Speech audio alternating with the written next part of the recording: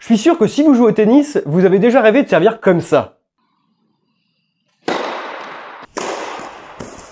40-0.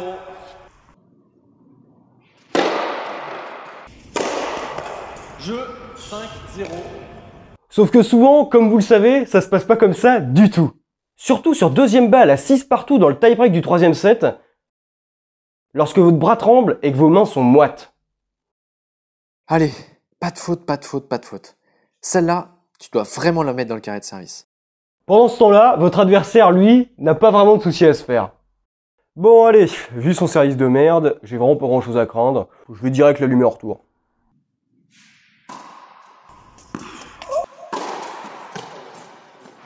Si vous avez déjà vécu cette situation, vous savez à quel point c'est frustrant de ne pas avoir confiance en son service.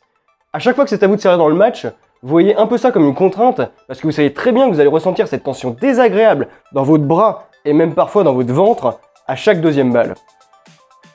Et ça, juste parce que vous avez peur de donner un point gratuit à votre adversaire, soit en faisant une double faute, soit en lui donnant une balle facile en retour. Donc dans cette vidéo, on va tout faire pour vous éviter de revivre cette situation.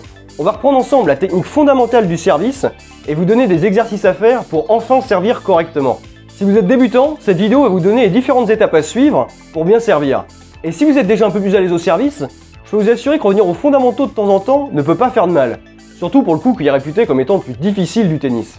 D'ailleurs, si votre problème c'est surtout que vous manquez de confiance en votre service et que c'est ça qui vous empêche de progresser, j'en profite pour vous dire qu'on a fait une petite série de vidéos gratuites à ce sujet qui vous permettront de servir plus fort sans forcer. Vous pouvez obtenir ces vidéos directement sur notre site en cliquant sur le lien qui se trouve dans la description en dessous. Allez, maintenant, on passe aux choses sérieuses, on se retrouve sur le court. Avant de commencer à servir, il y a deux petites choses que vous devez savoir faire. Mais vous allez voir, c'est très rapide. La première, c'est de correctement tenir votre raquette pour pouvoir à la fois frapper à plat, lifter et slicer. Alors c'est vrai qu'intuitivement, quand on débute le tennis et qu'on commence à servir, on a envie de tenir sa raquette de la même façon qu'en coup droit. C'est ce qu'il y a de plus naturel. Mais vous allez vite vous rendre compte que c'est une prise qui n'est pas du tout adaptée pour mettre des effets. En fait, elle peut fonctionner pour frapper à plat, mais en règle générale, on va vraiment pas vous la conseiller pour servir. Pour être polyvalent et pouvoir faire n'importe quel service avec une seule et même prise, on va vous recommander d'utiliser ce qu'on appelle communément la prise marteau. Alors en fait, si on l'appelle comme ça, c'est parce que ça revient un peu à ce que vous teniez votre raquette de la même façon que si vous vouliez enfoncer un clou avec la tranche de votre raquette. Un peu comme si vous faisiez ça. Mais bon, vous imaginez bien que c'est pas trop quelque chose qu'on va vous recommander de faire. Donc pour obtenir cette prise, on va devoir numéroter les bandes situées sur le manche de notre raquette de 1 à 8 en tournant dans le sens des aiguilles d'une montre, ou dans l'autre sens si vous êtes gaucher. Ensuite, vous allez devoir positionner l'articulation de votre index sur la bande numéro 2. C'est la prise qui est de loin la plus adaptée pour servir et tous les joueurs professionnels l'utilisent aujourd'hui. Même si pour être tout à fait honnête, il existe quelques petites variations. Mais en règle générale, c'est cette prise-là qu'on utilise à chaque fois qu'on veut servir. La deuxième et dernière chose que vous devez savoir faire avant qu'on commence à servir pour de bon, c'est de bien vous positionner au niveau de la ligne de fond de court. Alors pour ça, vous allez voir, c'est très simple. Il vous suffit de positionner votre pied gauche de façon à ce qu'il pointe vers le poteau droit du filet et votre pied droit de façon à ce qu'il soit parallèle à la ligne de fond de court. Une autre petite chose pour vérifier que vous êtes bien placé au niveau de la ligne de fond de court, c'est que le talon de votre pied gauche doit être plus ou moins aligné avec les orteils de votre pied droit.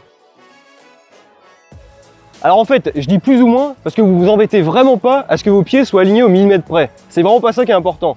Ce qui est important, c'est que vous vous sentiez en équilibre quand vous frappez et que vous ayez de la stabilité. Bon, maintenant que vous êtes bien placé et que vous avez la bonne prise de raquette, on va pouvoir rentrer dans le vif du sujet et commencer à servir. Alors là, attention, on attaque la partie la plus importante du service.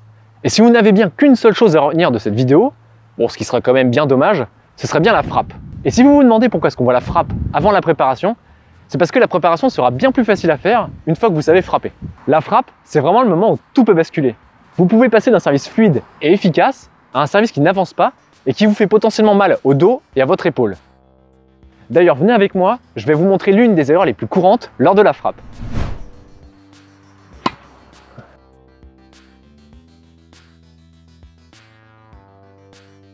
Le problème en faisant ça, c'est que j'utilise uniquement mon bras et mon épaule pour frapper la balle. Et donc j'ai un mouvement uniquement d'arrière en avant. C'est loin d'être optimal pour frapper la balle. J'utilise pas tout mon corps pour générer de la puissance, mais uniquement cette partie-là. Je vais vous montrer tout de suite les deux mouvements distincts lors de la frappe. Si on décompose la frappe, on voit bien qu'il y a deux mouvements distincts. Le premier est un mouvement à 45 degrés, donc si vous êtes côté avantage vers le poteau du filet, puis vous allez rabattre la balle. Nous, ce qu'on vous conseille, pour bien visualiser tout ça, c'est de mettre des balles. Et comme ça, vous allez bien visualiser les deux mouvements distincts. Donc en pratique, ça donne ça.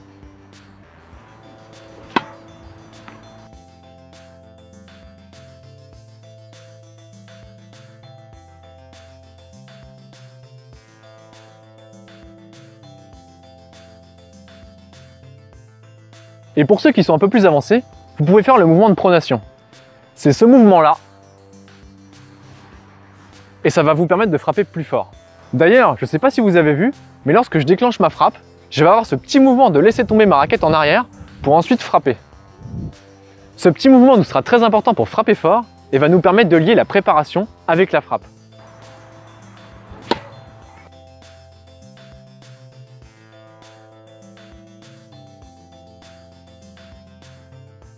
Bon, évidemment, ici les deux mouvements sont complètement exagérés. Mais vous allez voir qu'au fur et à mesure de vos entraînements, vous allez commencer petit à petit à lier ces deux mouvements pour en faire un mouvement fluide et efficace. D'ailleurs, vous pouvez toujours consulter notre série de vidéos gratuites qui se trouve dans la description en dessous. Et maintenant, on va tout de suite passer à la préparation. L'objectif de cette étape, c'est d'avoir une bonne préparation et un bon lancer de balle. Et c'est volontaire de notre part si on parle des deux en même temps, parce que pour nous, ce sont deux mouvements indissociables. Et oui, quand on sert, on fait vraiment les deux en même temps. À ce niveau-là, je dis souvent que j'ai une bonne et une mauvaise nouvelle. La mauvaise nouvelle, c'est que nous on fait le choix d'enseigner les deux mouvements en même temps. Et ça, c'est pas forcément facile, parce que généralement, en tant que joueur, on aime bien avoir des étapes successives à réaliser les unes après les autres. Mais en faisant les deux en même temps, vous allez apprendre le bon timing entre le bras qui lance la balle et le bras qui tient la raquette et qui va aller derrière. La bonne nouvelle, c'est que le mouvement en lui-même est plutôt simple. En fait, les deux bras vont simplement faire un mouvement de pendule.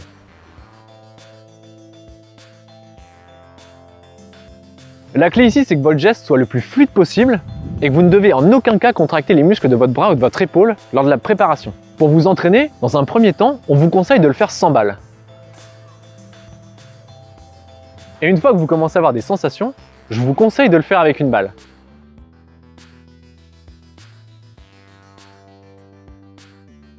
Pour préciser un peu le lancer de balle, ce qu'on vous conseille de faire, c'est tenir la balle du bout des doigts. Et pendant le lancer de balle, votre bras doit rester tendu. Alors oui, on dit lancer de balle, mais en termes de sensation, vous devez plus vous dire « j'accompagne la balle ». Ça peut paraître un peu contre-intuitif puisqu'on parle de lancer de balle, mais en termes de sensation, c'est vraiment ce que vous devez ressentir. Pour une frappe à plat, votre balle doit tomber légèrement devant vous, à droite si vous êtes droitier, et à gauche si vous êtes gaucher. Bon, c'est vrai que quand on est droitier, ça aide d'avoir le logiciel de montage.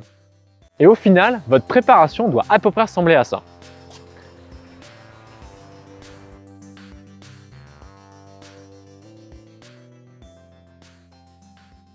Maintenant que vous avez les bases, on va pouvoir augmenter la difficulté d'un cran. Mais cette fois-ci, on va pouvoir s'amuser davantage en servant vraiment. Maintenant qu'on vous a montré les différentes étapes successives du service, il va être temps de lier tout ça pour enfin faire un vrai service. Et pour mémoriser un geste fluide et efficace, il n'y a pas vraiment de recette miracle, vous allez devoir vous entraîner encore et encore.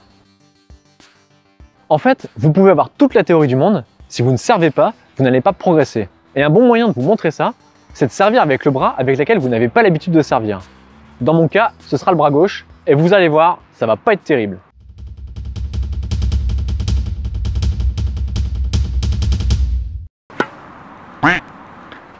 En fait, ce que j'essaie de vous montrer avec cet exemple, c'est que vu que je me suis jamais entraîné avec le bras gauche, j'ai pas de sensation, et donc mon service n'est pas terrible. Donc ce que ça signifie pour vous, c'est que pour progresser, vous devez servir. Nous, on compare souvent le service à de l'horlogerie, où chaque petite pièce fonctionne entre elles pour vous donner l'heure exacte.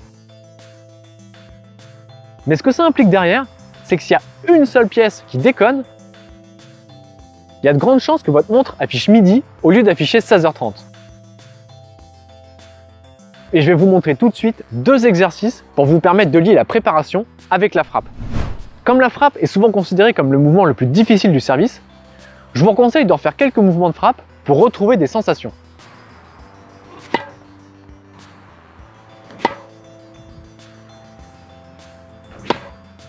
Une fois que c'est fait, on va rentrer dans le vif du sujet avec le deuxième exercice. Mais c'est à ce moment précis que vous allez pouvoir lier la préparation avec la frappe. Pour ce faire, vous allez lancer votre balle, la récupérer, et là vous voyez, on est en position armée. Il ne reste plus qu'alors de lancer la balle et de frapper. Et là, vous voyez, on a fait un service complet. Bon alors, comme vous venez de le voir, l'objectif ici, c'est vraiment de travailler la fluidité de votre geste. Que vous mettiez la balle ou non dans le carré de service n'a vraiment aucune importance. Ah oui, et dernière petite chose, une fois que vous avez frappé la balle, là vous allez accompagner votre raquette de l'autre côté de votre corps de la manière la plus douce possible. Ça vous évitera d'avoir des douleurs au niveau de l'épaule. On arrive enfin à la dernière étape de cette vidéo. À ce moment-là, vous allez capitaliser sur tout ce que vous avez vu précédemment pour faire un vrai service.